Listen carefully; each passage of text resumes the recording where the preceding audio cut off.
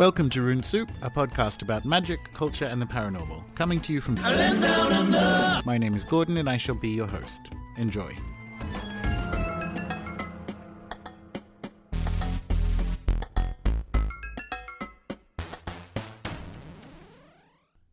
Today on Rune Soup, we welcome writer, practitioner, and most recently translator of Le Livre des Esperitz for Jake Stratton-Kent's Pandemonium, Mallorie Vaudoise. Mallorie, thank you for your time. Thank you, Gordon. It's an absolute pleasure. Oh, for me as well. It also means we will move right along to question number one. Mallorie, were you a weird kid? You know, I was a smart kid in a small town, so it didn't really matter whether I was getting abducted by aliens or seeing ghosts. I was going to be othered pretty much instantly because of that. I was an avid reader. I much preferred talking to adults than other children. And then on top of that, I was also starting to have mystical experiences at a very young age. So actually, one of my first memories is of being in the living room with my father while he was watching a movie. And all of a sudden, the room started to fill up with other people. And there were really too many of them to count. And that was, I think, how my brain sort of slipped into this mode of knowing that they weren't physically there, they weren't materially there, but they were there nonetheless. And there were way too many of them to, be able to see what they were wearing or know what their names were. But in much the same way that in a dream, you might start to download the exposition at the same time that you're experiencing the plot, I kind of had an intuitive knowledge of who they were and that they were my ancestors and that they were dead. And so I did the only thing that I could really think of doing in that moment, which was I went to my mother who was in the other room and in this very frenzied, manic state just started talking to her about them and, asking her whether she was aware of the fact that there had been people before us. And whether she was aware of the fact that they had existed meant that we were going to die one day. So at the same time, I had this kind of awareness of the dead and awareness of the ancestors and a certainty of my own mortality, which was a pretty heavy trip for me at the time. And potentially for your mother, I mean, it's unexpected to have what I presume is like a 4-year-old come in and go like, "Are you aware you're going to die?" Absolutely, and that was, I think the struggle for my parents was the fact that I was having these experiences, which they didn't have really, a baseline for themselves. And I think I kind of, maybe I chose this incarnation to push them as much as to have them push me. Yeah, well, one of my questions was going to be, if you're having these experiences as a young kid, does the family have like a familial, historical, or cultural context in which to deal with them, or were you weird to them as you were to the town?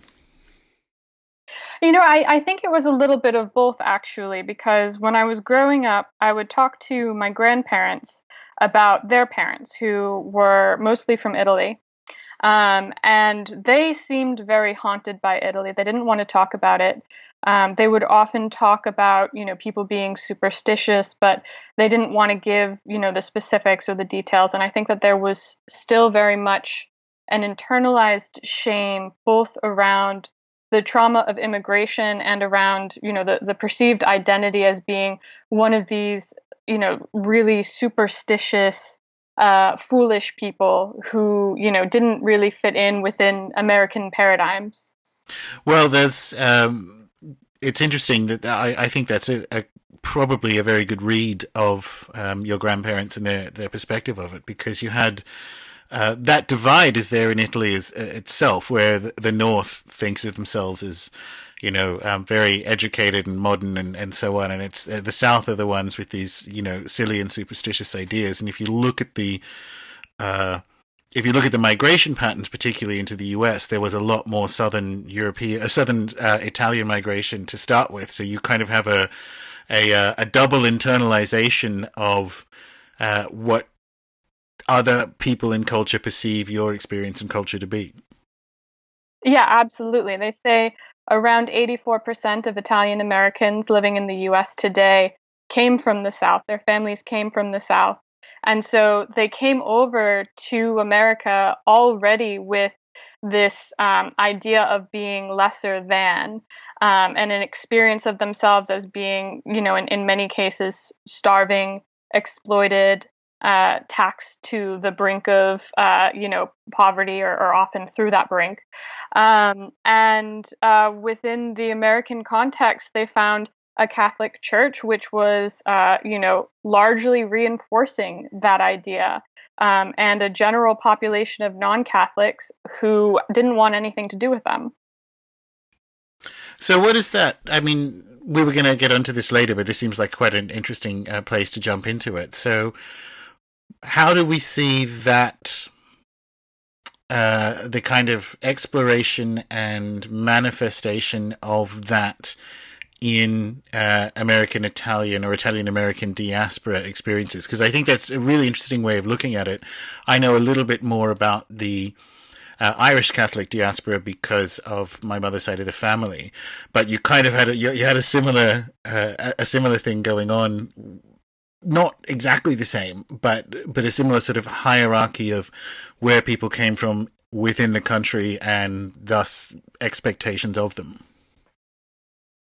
Well, I think probably the most visible and lasting legacy of the Southern Italian identity is with what we call the feste, which is the plural of festa, and it refers to these large celebrations of either the saints or the Madonna, which are, they're celebrated usually with a mass and then a procession. And then after that, a lot of kind of like drinking, eating, they resemble fairs. The one that I grew up going to, I didn't know that there was any religious association with it. I just knew that it was called St. Rocco's Feast, and there was a lot of fried dough and other kind of fun treats for a kid. Lots of like rides, kind of amusement park style. But within the more, I guess, broader traditional context, the festas are the feast days of the saints. They are the day on the calendar which is set aside for that entity, and when that entity is in a way most accessible. And so there was a lot of things that would go on at these events, and still do to a certain extent. I live in Brooklyn where, we're really spoiled for a fest day. There's like one every weekend in the summer, which is wonderful. But vows would be made, miracles would happen. People would often go home with kind of a bundle of holy water and holy oil and holy metals, because, as Catholics, we really love that kitsch. But it was a time for the whole family to get together and to experience both the cultural identity and the religious and transcendental aspects of that identity. So you could really take it as secular or as mystical as you want to, or as you're comfortable, or to whatever degree the saint wants for you on that particular day. Nice. And was this this is a kind of retroactive analysis of, as you're saying, of the experiences of going to like the Feast of St. Rocco or so on. Let's pick up the story from the age of 4 again, having seen a bunch of dead people. What do you do? What did your parents do with that, and what did you do with that? So it's funny because I didn't really make the connection between that experience and experiences like that and ghosts. I loved reading about ghosts. I loved reading about, all sorts of kind of paranormal activity. And I really enjoyed cryptography. I really enjoyed detective stories. And the combination of that sort of like supernatural element and the desire to uncover truth, which I think was at the root of my fascination with spies and cryptography, led me to a lot of magic, which in retrospect I look back on and am pretty disappointed in, because I didn't really start studying this stuff seriously until college, which was the point where I met my first real, I guess, teacher in the occult, the man who taught me about voluntary transinduction and about divination and about being able to really access those states and those abilities when I wanted to, as opposed to when they were just kind of happening for, some reason, where the moon was, or, what have you. So I'm just trying to speculate as to how you get from, I mean, I know exactly how. I mean, a bunch of famous wizards have been spies, but how you get from cryptography to kind of disappointing magical systems. And are you talking about ones where they are overly reliant on the decoder ring, if you will? I'm really talking about the, cheapest mass market paperback Wicca that you can imagine. And I don't mean to be offensive towards Wiccans. It was really a question of the quality of the material that I had access to as a small town kid. Yeah, fair enough. I thought you were I thought you were born and raised in New York. Where was this small town? Suburban Massachusetts. Oh, okay, not from where I sit in Australia. I was about to say not too far, but New York to suburban Massachusetts, it's probably quite the distance. Oh yeah, absolutely. I'm really thankful that the internet was just starting to take off around the time that I was growing up, because that was definitely a huge lifeline, and also part of how I started to expand my tastes from what was available in bookstores to what people were actually actively discussing online. And it was the internet that was responsible for problematizing the ideas that I had about magic and about spirituality that I was inheriting from books. Yeah, I can second that exact journey. So going to the college story then, and talking about sort of trance induction and so on. Did you fall in with a group of shamanic types? Is this what you were talking about? Or were you did you go through a very specific course, or were you given some techniques and said go and play with the things that show up? So I met a professor who was a professor emeritus at Brown at the time that I went to college. And he had pretty much all but abandoned the campus, being retired. But we met at an event where he was sharing local ghost stories, and we kind of clicked immediately. And he was actually the one who started to teach me things. And it was mostly just based on what I was interested in, which was trance, which was divination. But he had a very interesting CV. He was interested in the occult. He was interested in women's spirituality movements in I think, the early 20th century.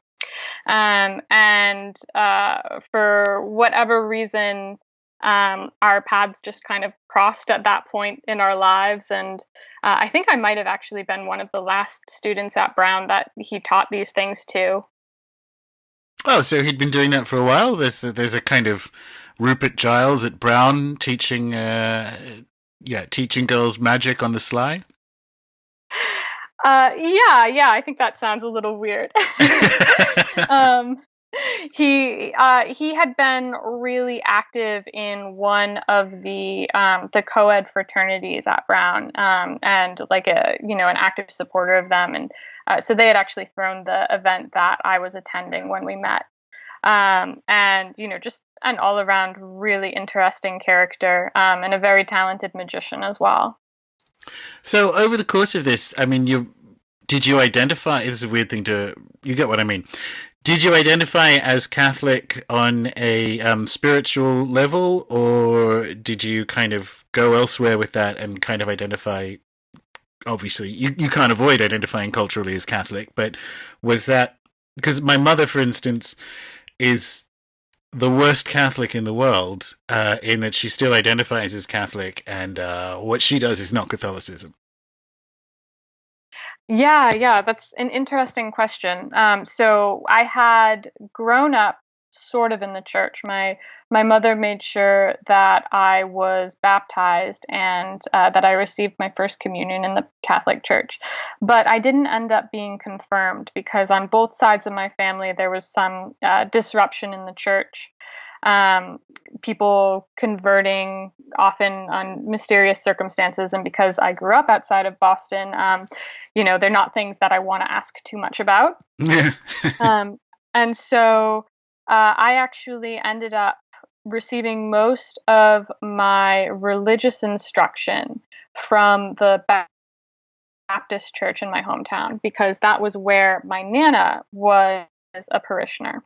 And I think it's actually pretty true to the spirit of folk Catholicism, even though I wasn't going to the quote unquote right church, that I really associated my faith not so much with all the Jesus-y and Bible-y bits, but with the fact that that was the day that I spent with Nana, and that we would, go to this large social event after the church service, and then go back to her house, and she would start cooking, and I would be a spoiled grandchild just watching TV, and then the whole family would come over and we'd all have dinner together. And it was hard for me to pull apart what was religious, what was cultural, what was just family in those days. It was all really, I think, one ritual in a way. Well, that's a fantastic way of describing it. And so I'm going to ask you to put that in a definition because you started it. What is folk Catholicism then? So folk Catholicism is a term that I have a love-hate relationship with. In that I don't think until very recently that anyone has actually thought of themselves as a folk Catholic. They think of themselves as Catholics. And certainly, I look at myself as a normal Catholic. I don't really think that what I do or, what anybody in Italy does needs that extra adjective. In fact, I think maybe other folks can take the extra adjective. Maybe they can be ecclesiastical Catholics or unimaginative Catholics. But when we talk about folk Catholicism, what we're really talking about is the body of practices which arises organically in and around the Catholic Church.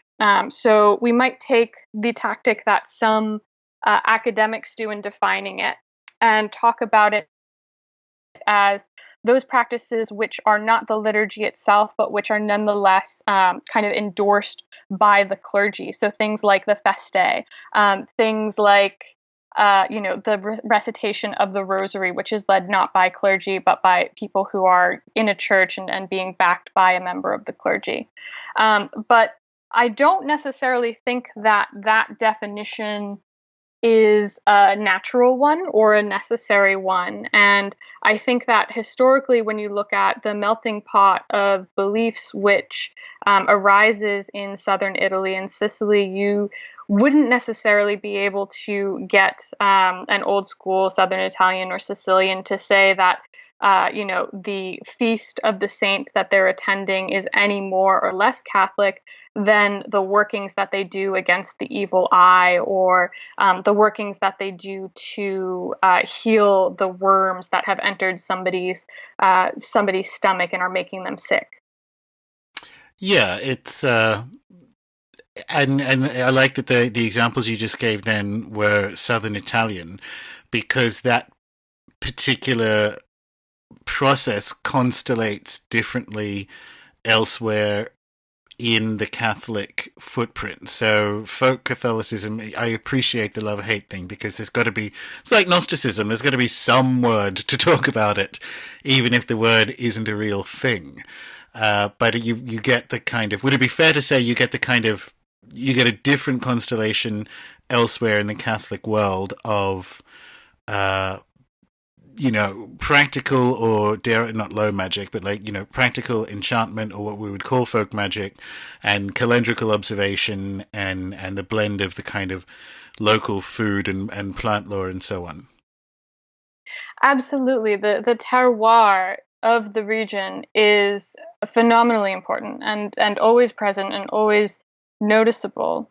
And I think in particular, when you look at southern Italy and Sicily, one of the things which really stands out about these solar festivals is the fact that because these are very agriculturally based societies, there is a heavy component that is about food, to the point where many of the saints have their own, specific food ways, their own traditions. Saint Joseph, for example, San Giuseppe, his feast is during the spring, so he's associated with, the kind of traditional spring foods, including things like snails, and at the same time, it happens during Lent. It's one of the few very popular feasts that happens during Lent. And so there's no meat which is consumed as part of of his ritual. And so you find this kind of interweaving of, the food ways. What is the seasonal weather like in that region? What is in season at that moment? And all of this is kind of coming together to inform a faith, which is not just about necessarily the transcendental aspect or the belief aspect, but it's also about the body and about the senses. For sure. And if we look at the pieces, it's this is an awkward segue, but we're going to go with it anyway. If we look at what at least on paper look like commonalities, which are the saints, the next question, which I think we need to discuss, Mallorie, is what even are the saints in the Catholic tradition? Well, I think one of the assumptions that I run into when I talk to Americans about Catholicism is the idea that there's a hierarchy that goes God/Jesus, and then the Madonna, and then the saint. And what we find in southern Italy and Sicily is that hierarchy is almost reversed, where the saints take on this preeminence within the local kind of mythos and the local practices. And then the Madonnas take on this character of, sort of reaching across communities. They're often not found within towns, but pilgrimage sites outside of towns, which are associated with, natural beauty. So like the mountains, the ocean, things like that. And then kind of coming in last is God. I wouldn't say that Jesus isn't important to Italians. I would say that he is not necessarily the central figure, and that their day-to-day concerns are focused on whatever the local patron saint is. And that's an excellent example of it. And saints have changed over time as well. I mean, we kind of see. Would you say the tradition of the saints in Europe? Where did it originate? Is this a continuation from, say, a classical conception of how sort of mighty dead types can interact or continue to interact with humans? I mean, where does this idea of saints on a macro level emerge in Europe, do you think? I think it's hard to say, but I think that in my experience, most of them do tend to have ancestral qualities and have those qualities that we associate with the mighty dead. In some cases, they do seem to be more of a mask for something which was non-human all along. But certainly when we look at how the cults operate, they tend to be focused around human remains, so the relics, and they tend to be focused on essentially, we might think of it as creating a restless dead. So they tend to congeal around the blood of martyrs. For instance, if you're martyred, you're much more likely to become a saint for some reason, probably because you're much more likely to become restless dead in the beliefs of the Mediterranean. The idea of relics as well is about disturbing the peaceful interment of the body. So there's some part of the body which is returned to the people and which remains not in the realm of the dead, but in our realm and is accessible there. And we can go and we can visit it, we can touch it, we can, put a handkerchief next to it and through an act of contagion, bring it into our living rooms and have it there for us to interact with, to do magic with, to communicate with. Yeah, and that's quite important because for centuries you couldn't have a properly consecrated Christian altar unless it had some kind of saintly relic in it. So you're dealing very the reason I asked the question is again the sort of American conception, just to pick up what you said. In the metaphysical community of what saints are like is that it seems fairly easy to dismiss it as say, oh well, they just renamed the pagan gods saints and that's what happened, and so we're just going to call them pagan gods. And I'm like, well, that's a slim minority. That's a minority of the saints that you have just described. Like there's maybe 7 of them, 7 of the main ones that are like that. The majority of them come from this kind of conception of how the dead remain and interact with the living within culture, and it's a kind of fundamental thing to understand the formulation, I think, of Christianity, and thus by extension things like witchcraft in its extremely early days, as this very specific kind of embodied posthumous relationship. Yeah, exactly.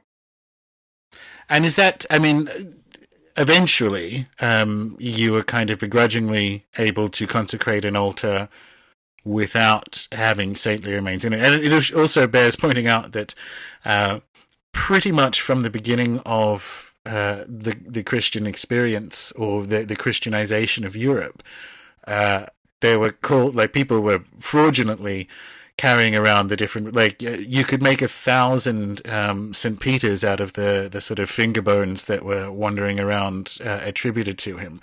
So there's that delightful component of the dodginess that you get with magic, and as you're saying, that kind of contagion capacity was a cornerstone of it. So you would have wandering sorcerers who would have, like, an actual bag of bones. This one's Matthew, this one's Paul, you know, and they would trade off that contagion magic, even if it was fraudulent.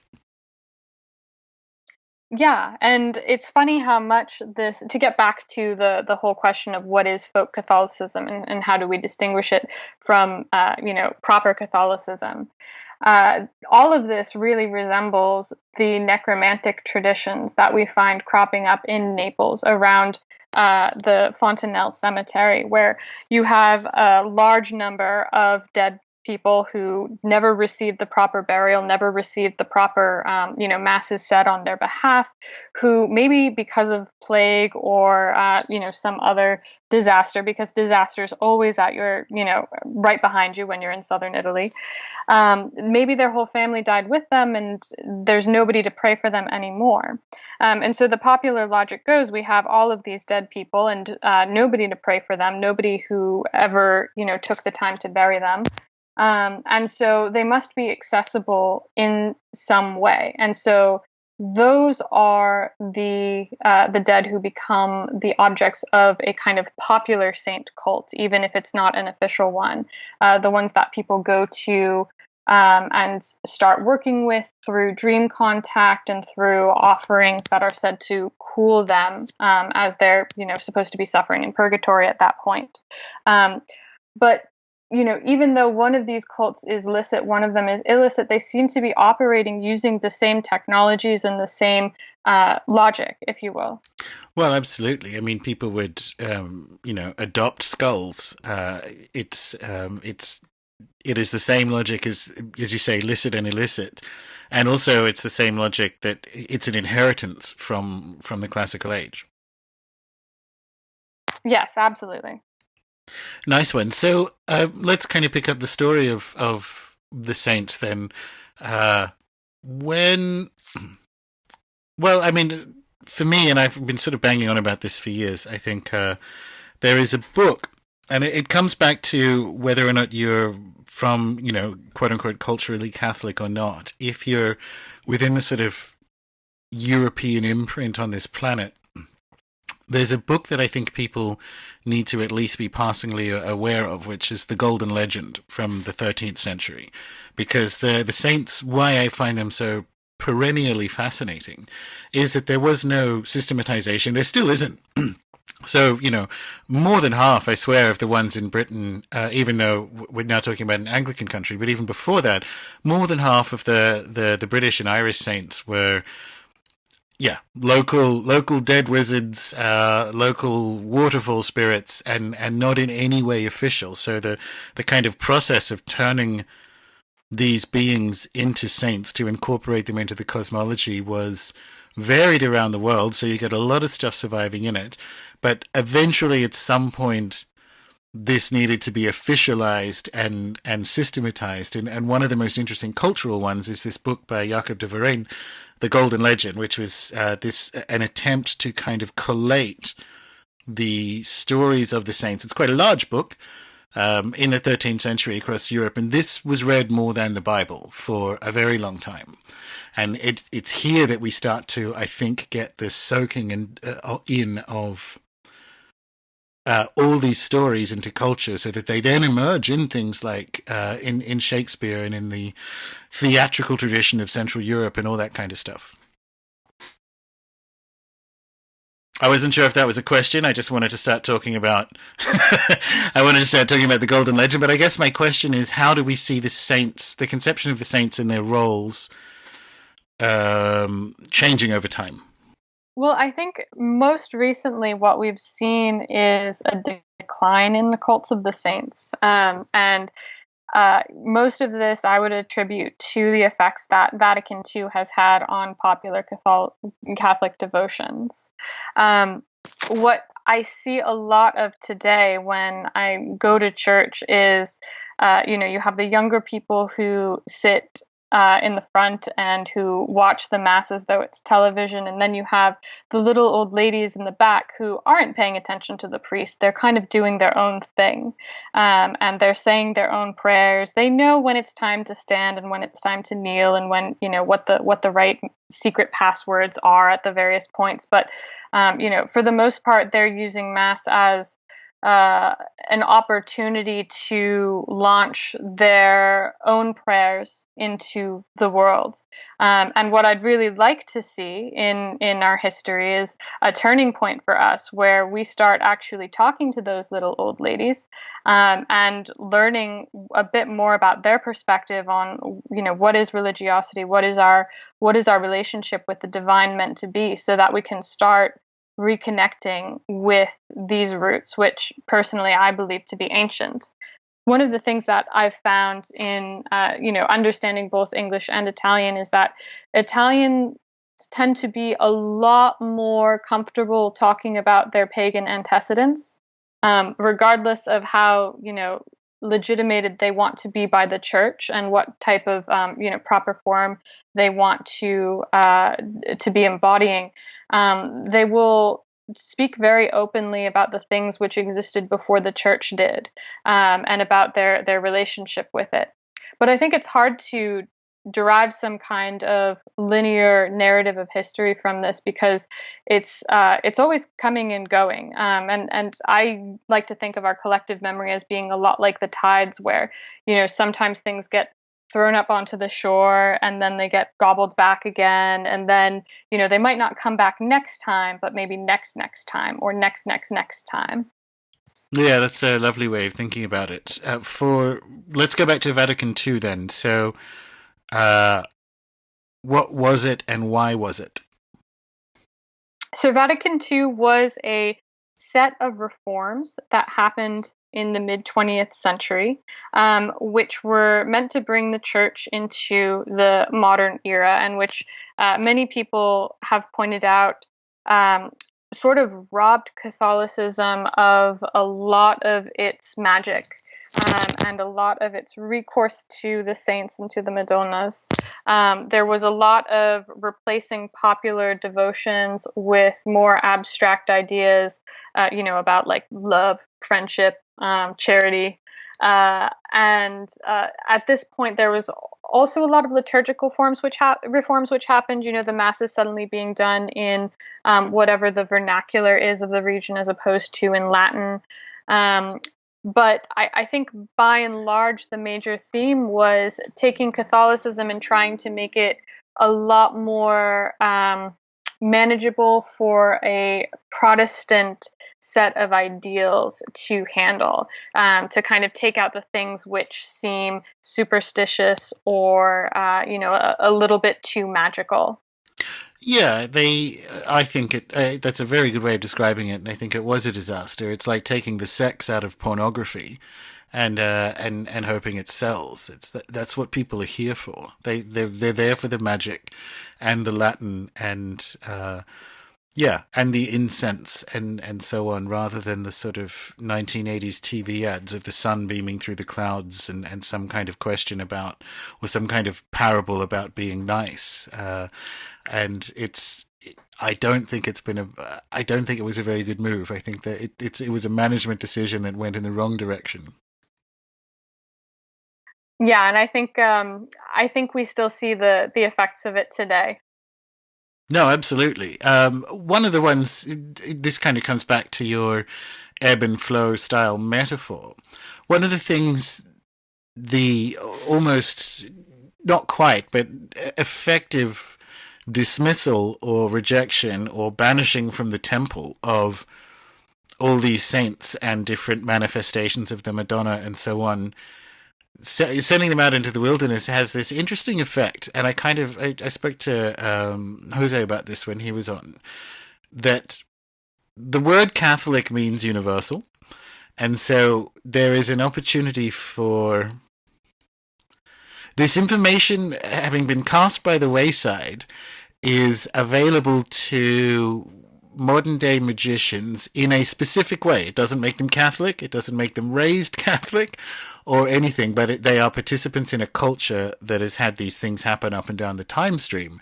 And I wonder if there's I wonder if the saints being in diaspora is a semi ebb on the way to their return. Does that make sense? It does. And I think I've certainly seen that in my personal practice. One of the few things that I feel comfortable saying for certain to people who are interested in starting out in magic is that necromancy is the most adaptable skill that you will ever learn, because you can constantly fall back on the ability to have somebody else do the hard work for you. If you're able to call up a couple dead priests, they may be able to help you out with something that you're not authorized to deal in. And if we look at this in like a spiritualist context, we would be expecting right now to see the people who were experts in, these various cults now accessible to us through these means, whether that's through dream work, through some kind of ancestral work, etc. That's yes, that's a very pragmatic way of thinking about necromancy. I like that. It does make it available. What I think it is highly adaptable in that sense, and I wonder if that skill plus saints in diaspora. Now, let me rephrase that. I think the process of saint creation is, in some sense, organic or inherent in human psychologically. So we do that to dead things or to concepts as a way to engage with them, but also very possibly as a spiritual component of humans as an entity that can exist after death. Because even post Vatican, it seems post Vatican II, we start to get a whole lot of interesting, well, at least some interesting new saints like Santa Muerte on an absolute tear, and it even if the church wants to sideline the model still works. Yeah, necromancy never dies.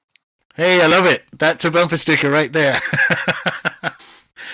All right, so let's look at a fascinating and kind of almost tangential but not example of these forms and what we're talking about. So, Mallorie, what is slash are the Black Madonna? So the Black Madonna, I've learned this through oral tradition from two different sources right now. So as you might expect with, folk Catholicism, if you will, what you receive is going to be different depending on who's telling you and what region they're from.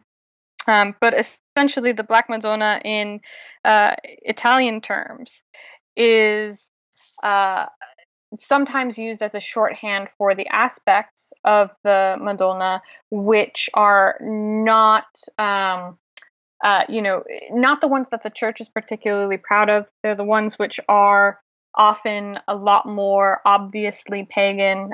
In some cases, they are cults which are built on top of the remains or within the pre-existing temples of the old goddesses of the region, Venus, Cybele, all of that, all of those kind of like, great mother entities. And so in Campania, what we find is a tradition of 7 sisters who are various Madonnas from the region, including the Madonna of Montevergine in the province of Avellino, and one of my personal favorites, the Madonna delle Galline, who is celebrated by people dumping a bunch of live chickens on top of her statue and just sort of parading her and the chickens around town. I've always found that one particularly charming. And these 7 sisters are said to be the children of Saint Anne and Saint Joachim. It's just that instead of having one daughter, Mary, they had 7. And they are popularly prayed to by people from all walks of life, but often people who are on the outskirts of society, people who experience oppression. The Madonna of Montevergine, for example, is the patron of LGBT people, and in particularly transgender people. And she's highly relevant to speak of right now because her feast day, or one of her 2 feast days, is February 2nd, which of course is Candlemas. And that is celebrated not in any way which looks particularly Catholic, I think, to folks from outside of the region, because it's a lot of riotous dancing and there's a lot of gay, lesbian, and transgender people who come and, are kind of like partying. There's divination, which is done using a schmorfia, which is the kind of like lottery divination system of the region. And it's generally actually a pretty riotous time, a very Bacchic rite. Brilliant. And let's talk a bit about Black Madonna cultists, either in diaspora or elsewhere. These forms, and it's interesting. And I suspect Santa Muerte herself is turning into a more universalizing form whilst still being situated in a culture. It's the ones on the edge that seem to have more of that invitational magnetism. Yeah, that's something that you also see in the cult of Santa Muerte, for sure. So, I mean, we've been chatting a little bit about the Black Madonna stuff, sometimes in person, sometimes not. What does it look like? I mean, we've just described some of the feste components of it, but what does it look like on an individual practitioner basis? Where is are there routes into this for the kind of people who are maybe resonating with it? Well, I think pilgrimage is always a route, for sure. And also something which I find phenomenally helpful is specificity. So rather than treating the Black Madonna as, one entity that you're trying to, dial up all of at once, to find that slice of her which is the most active in your life for whatever reason, the one that's appearing to you in dreams, the one that, you keep having these weird serendipities where you end up in a yard shrine dedicated to her, or, you run into one of her devotees on the subway.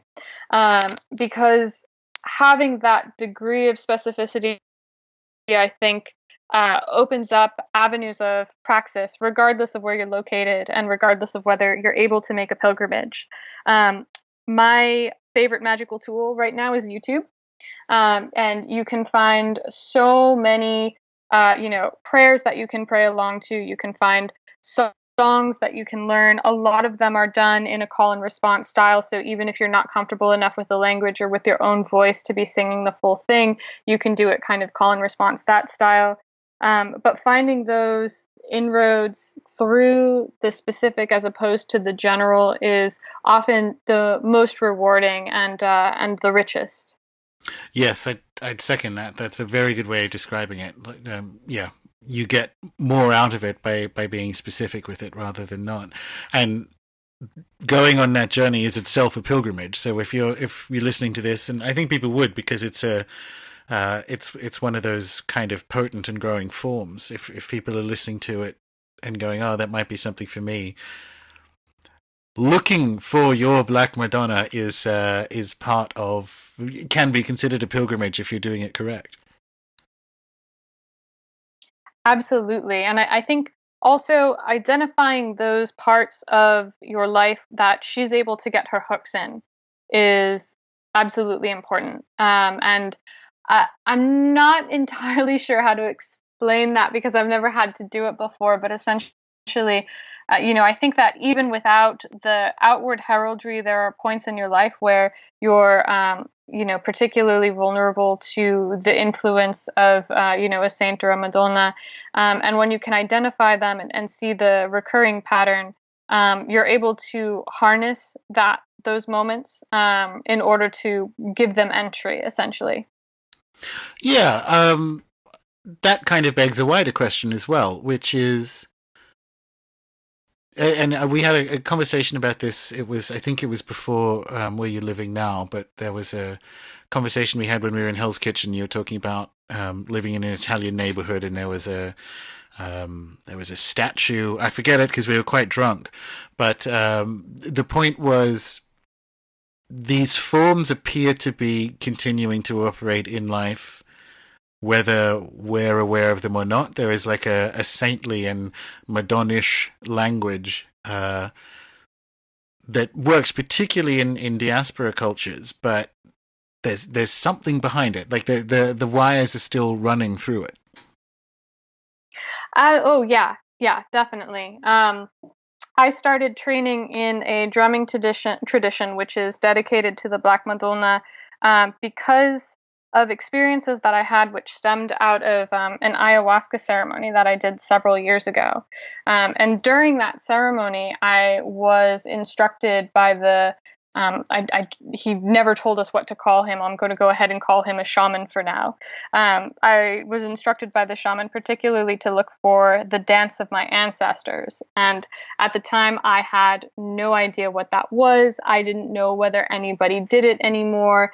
I had no idea whether I would ever be able to learn it. But a few days later, after I had returned to the rhythm of my normal life with my normal job and my normal apartment, I was walking home and I was walking past one of the private shrines to the Black Madonna in our neighborhood in the form of Our Lady of Sorrows, or the Mater Dolorosa. So this is the mother who has lost her child, who is mourning her child. And in my personal practice, she rules over, the ecstasis of mourning and, other things as well. But they were having a party and there was a band playing the traditional music. And I had, some weird experiences talking to that Madonna at that moment.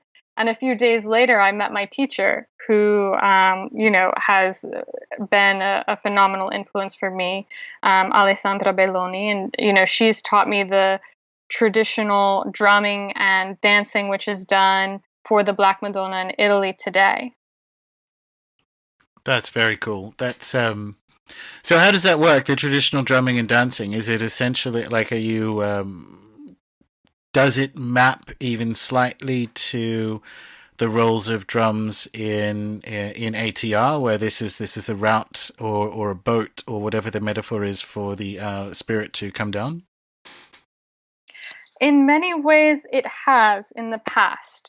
There's currently a movement in Italy where there's a huge revival of folk music and folk dance, which I think is amazing in its own kind of magic. But previously, this was very explicitly a magical act, a religious act. And in some parts of the country as well, it still has those those overtones. And, I've seen interviews with, master drummers from Campania, which is the larger region that Naples is in, where they speak very openly about the fact that they do this music in order to access trance states, and, to find God essentially in waking life.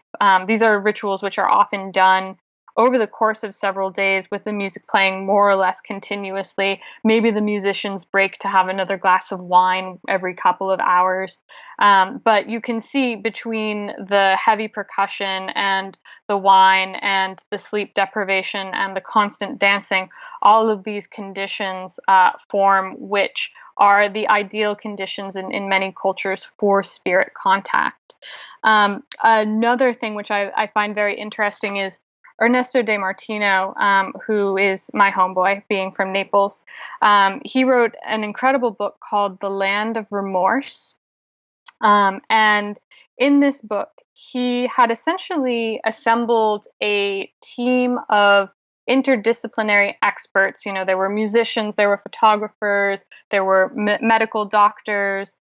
He had his training as an anthropologist.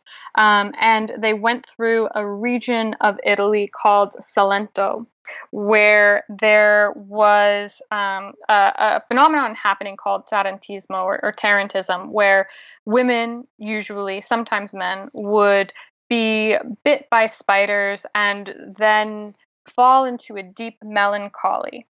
And in order to be cured of this melancholy, which could be fatal, they would need to, or the families rather, would need to hire a team of musicians to put them through multiple days. I think Ernesto De Martino mentions it's usually like 3 to 7 days of a kind of ecstatic dance therapy. And part of this therapy was a diagnostic process whereby the musicians would determine what the colors that resonated with the spiders were, what the particular tempo and rhythm that resonated with the spider was, by watching the body of the person who had been bit by the spider for signs of reaction, watching when they would get up and start dancing and when they would fall back down.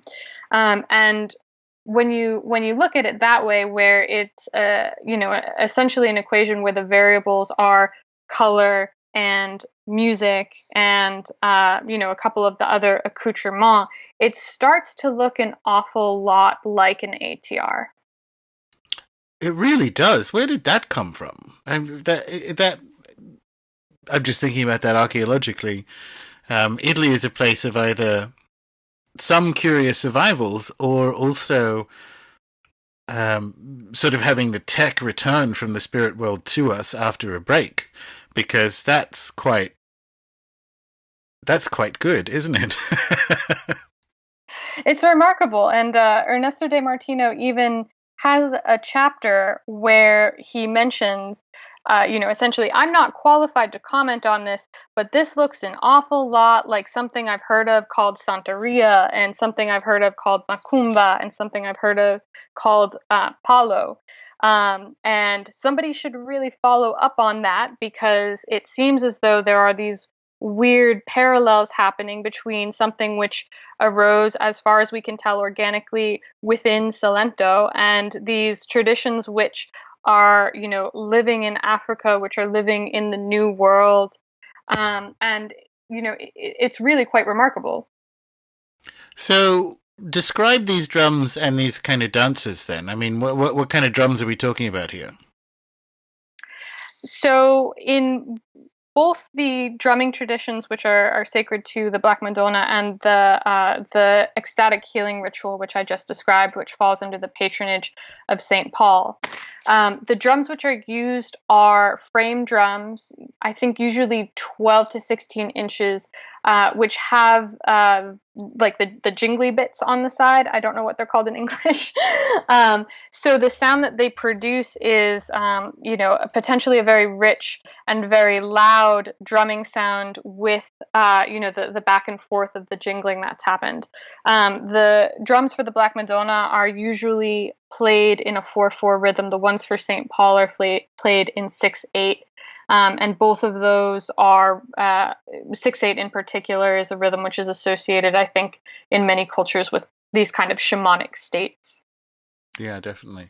And I'm just trying to picture the dances. I'm trying to picture what the traditional dance would look like. Does it look like traditional kind of Greek dancing? Is there? Can you describe for an audio in the audience what that would look like in combination with the drums as a general thing. Yeah, so there's several different dances, and I think we can broadly classify them as dances of courtship and dances of confrontation. So the dances of courtship usually have a lot of spinning involved and a lot of sort of like kind of miming agricultural aspects of it. So like miming picking plants, and that's a bad way to describe it because it makes it sound kind of funny. But the movements are definitely inspired by those. But it's always in this very sensual way, and it's two dancers who are making a lot of eye contact, maybe they're gently touching one another. There's, a constant sort of sensuality and attention there. In the dances of confrontation, sometimes they are done with swords, and it's very fast. There's often a lot of flutes. The flutes being a very confrontational instrument in antiquity and also in this living tradition, and those are much more like fast and furious, usually two men who are sort of dueling one another as opposed to a man and a woman who are engaging in courtship. Interesting. Okay, so you've mentioned, and this is the second or third time he's been name checked on the show because he's that kind of guy, Ernesto De Martino. You also gave me a fascinating book recommendation, which I bought from the dive bar in Hell's Kitchen, called Madonnas That Maim.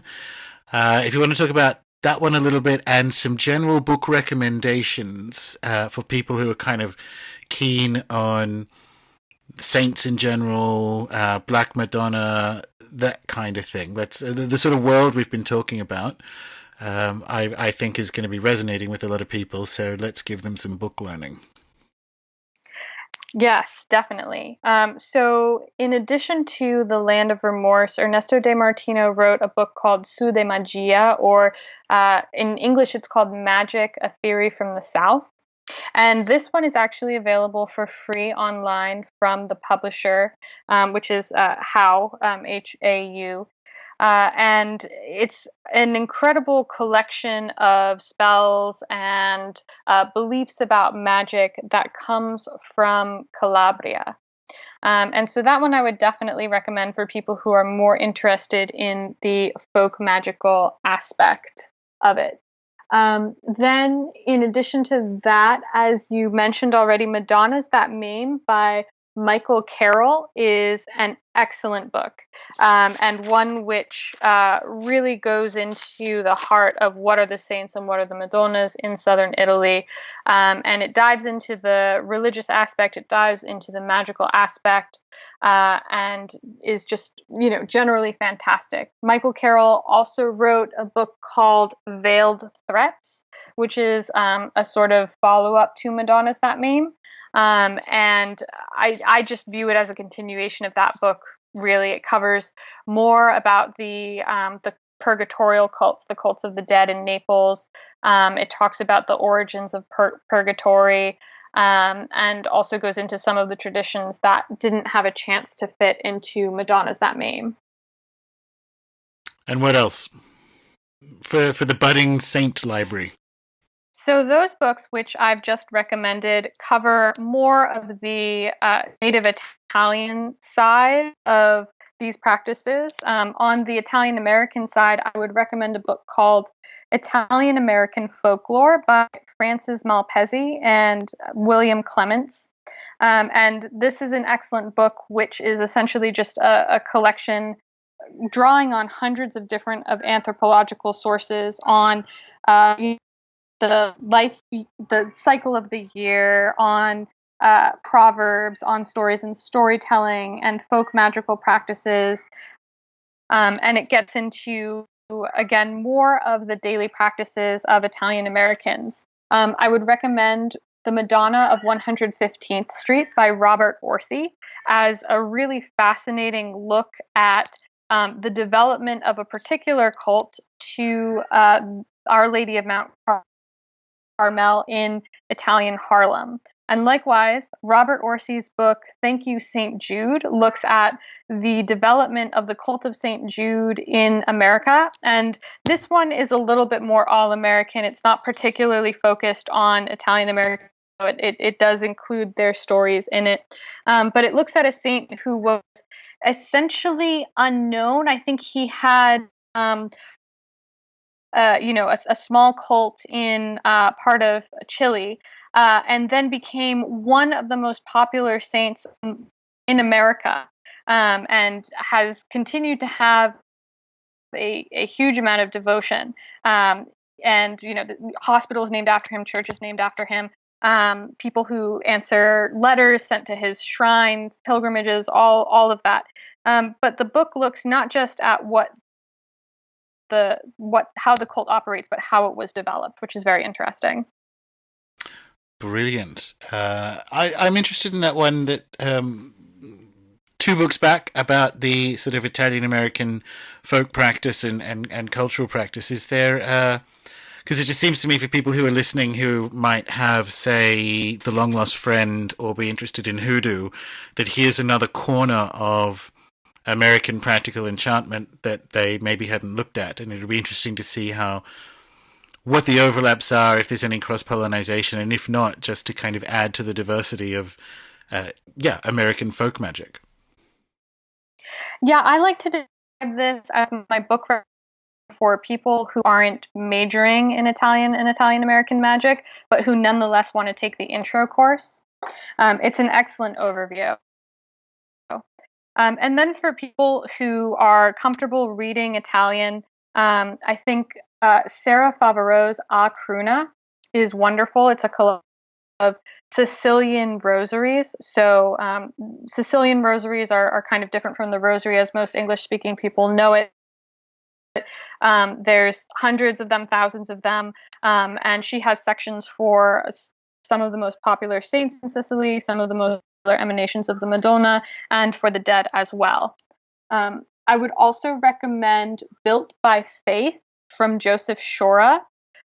This is a book particularly about Italian yard shrines, and it looks at Italian yard shrines as a devotional practice, and looking at how American urban spaces were remodeled after Italian notions of how a city should be structured, and the inclusion of sacred artifacts in that structure, the inclusion of processions in that structure, and just generally a sort of re-enchantment and reorientation of urban spaces. Did you say that one was in Italian, or was that just the Sicilian one? Because that sounds like, I don't have that one. That sounds like my kind of book. Yes, that one is in English, and you would love that one. Yeah, I'm into that. All right. Well, Mallorie, it's always a pleasure talking to you, and I've learned a lot, and I'm now going to jump on Amazon because I don't have Veiled Threats, although I do remember you mentioning it. Again, we were intoxicated. I only bought the first one. So I'm going to run out there before the show airs and get myself a copy. And then I'm going to do the same with that book you just mentioned once I finish editing. But for people who would like to know more about you and what you got going on, where would they go? So your listeners can find me at my blog, paeseombra.wordpress.com, or follow Paese Ombra on Facebook. Nice one. And this and the books that I don't want to buy will all be written up in the show notes at the end as well. So this has been splendid. Thank you very much for your time. Always a pleasure, Mallorie. Likewise. Thank you, Gordon. There you go then. The origins of the saints, their roles in cultures across time, my quarterly rant about the Golden Legend, drumming for the Black Madonna, and telling your own mother she's going to die. Excellent stuff. And Mallorie hasn't steered me wrong on books before, so if you think this sort of thing is your jam, be sure to head over to Rune Soup and check out the links to her recommendations in the post page. While you're there, feel free to subscribe to the site or the newsletter, or become a premium member for access to ongoing coursework and additional content for $10 a month. Subscribe to the show in your favourite podcatcher or on YouTube, and or find me on Twitter where I am Gordon, Gordon_White, WHITE. Until next time.